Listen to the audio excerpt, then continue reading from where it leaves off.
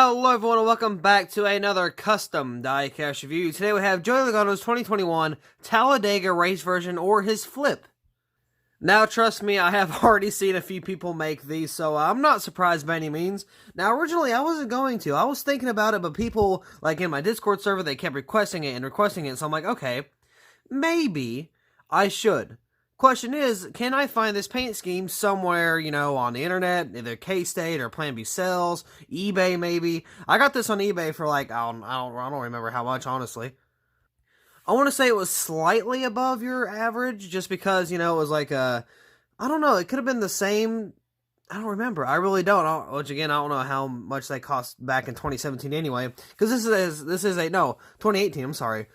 No. Yeah, it's 2019. I keep freaking forgetting. This is the 2019 Joey Logano, I think, right?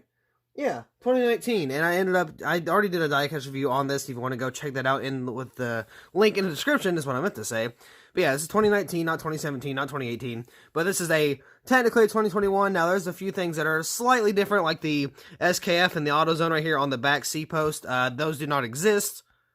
It was only one sponsor on the back, and there was another one that did not exist. So, yeah, I mean, it's not going to be completely perfect. You can see a small bit of the Monster Energy logo right there, but I tried to cover that up as much as possible. But if you would like to purchase this diecast, you can go to the link in the description. It's going to be Bag Diecast on eBay. It's a little thing I started like 2-3 months ago, somewhere around there, where I basically make custom diecasts and put them up for sale for anybody who wants to purchase them, of course. Because, like, for years, I've always, or not years, but like a year and a half or so, people said, you should sell your custom. They're really good. I would like to have a few in my collection, yada, yada, yada. So I'm like, you know what? Why not? So that's what Bag Diecast is. I hope to have a website sometime in the future, but for just right now, it is going to be only on eBay. Now, if you get to me before I throw them up for sale on eBay, you can purchase them through me on Instagram. Don't feel afraid to do that. I've already had a few people do that. I don't bite, I promise, unless you try to bite me first, and I might bite back. But, it is what it is. It's fine. You deserved it. Don't cry to me about it. But no, seriously, if you want to go check this out, you can go ahead, again, with the link in the description below. That is if it's not sold already, because, again, somebody will probably try to contact me, because this is a brand new thing. There was a brand new flip that just happened, and just like the dirt win I got for Logano that I made, it was pretty much bought from me within like a few hours of me even creating it. Even if it's not there with the link, it'll still bring you to my page. You can see what else I got for sale. I got the Kevin Harvick 2020 Martinsville coming out soon. I mean, I already got it made, but I'm going to I think I'm going to review this first or second. I can't remember. Probably second. But if not, the Harvick will be, I think, earlier. I can't. I'm trying to figure out, but it's like 6 in the morning. So I'm trying to stay focused and try not to, get too drifted off, because I haven't slept in a little bit. So, yeah. Anyway, enough time wasting. We already got the box. It's over there beside me. We've seen the box before. Again, it's in the normal review if you want to go check that out. Again, it's got the box and stuff. Not a big deal. But yeah, it took me a little bit to make this custom, I'm not going to lie. I had a little bit of rough patches, I'm not going to lie. So there is one mistake on this diecast that I did not mean to do, and that is the windshield. So if you take a look at that is cracked. That is completely busted. That whole chunk completely fell off. Now, how that happened was originally I had the hood up on the windshield, because where I dented it, it kind of bent it. It had a little arch.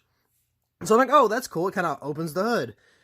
And when that happened, I'm like, okay, cool. And then I was fiddling around with it, trying to glue it into place and stuff like that. And I accidentally got the hood underneath of the windshield. I'm like, oh crap, I can't have that. I gotta have it on top. So I tried to, now don't ask me why I didn't just pull it out and put it on top. I don't know. I really don't know. But I was trying to push it and stuff like that. Oh no, it was already glued. That's why. I mean, I could have just taken it off and re-glued it, but still. I was trying to push and stuff, and then I pushed all the way on accident, and it completely broke through. This full windshield broke to the floor. It fell. It was in 2 pieces. I'm like, oh crap, now I gotta fix that. But I mean, that was the only thing that happened. It was just this little area. Thank God it was right down the middle. Thank goodness, that would have been terrible. But it's on the side, so it doesn't look too terrible, because it is a race version flip, to be fair. So it's not too terrible, but still, I do wish I didn't do that. But yeah, let's go ahead and take a look at the hood right here. You got Autotrader right there. Yeah, it's glued in the place. You cannot open that at all. Got Autotrader Pennzoil. Actually, let's scoot up a little bit so you can have a little more lighting with this. There we go. That should be a little bit better. We got some rubberware and stuff right there on the hood as well. Moving on to the windshield, we got a little bit of interior detail right there. Again, we got that broken windshield, which does suck, but I mean, it is what it is. Got the brand new Logano, or quote, brand new Logano. It doesn't match very well because it's a plain black. Now, if I decaled it, it probably would have been a whole lot more, matchable, but, that's my fault. But it's there. I can always replace it if I really want to. But you can see the Monster Energy logos on the side behind that. It's better than a whole, grayish banner, though, with terrible Ford logos. Right here on the roof, we got a whole bunch of scratch marks. This is where he was on his roof and he slid down to the infield. So that is how that happened. Roof flaps do deploy a little bit at least. Right here on the back we got Logano. Now if you notice, there is no DIN number, there is no nothing, it's just a plain back right here. And now, here's the reason I did that. Originally, I had the bottom Bag Diecast logo in that back windshield. Now, honestly, I thought it was pretty cool. I'm like, oh yeah, we could kind of put it in the back like as a trademark, stuff like that. And people were like, no, put it on the bottom. Put it on the bottom. I'm like, okay, we'll do that. So, that's what I did. It is now on the bottom. So we'll check that out here in just a little bit. But yeah, we got the Logano back there. Autotrader, the deck lid does not open because this is a 2019 ARC. We got the, kind of black spoiler back here. I'm going to have to touch up on that. I got the Autotrader right there because, it was blue before. Autotrader right there on the back. You got some scuff marks and stuff right there. Got the tail lights and the 22 Michigan Ford license plate right there. This is one of the good sides. This is where he was in the infield. I got the reference pictures from. There was like this big little chunk. There it is. This kind of chunk taken out right here. I don't know how that happened. I guess, yeah, it was part of the flip, but still. But that is accurate. I just don't know how it happened. We got Autotrader right there. Got AAA shell, Pennzoil, part of a snap-on right there. Of course, you got the rubbed out wheel there. Got the big old A for Autotrader. Got a hair on there for whatever reason. That's not clear-coated. Thank God. That would have been terrible looking. SKF AutoZone. You got a winter sticker. Now, this is just from the, 2019 year. This is from Las Vegas. If you were to put it in this scenario, it would have been from the Bristol Dirt Race, but just a different color. It would have been silver instead of green. So right here on the B post, we got Ford. I don't remember what that one is. PPG, Mazak, Coca-Cola, and there is another one. I don't remember.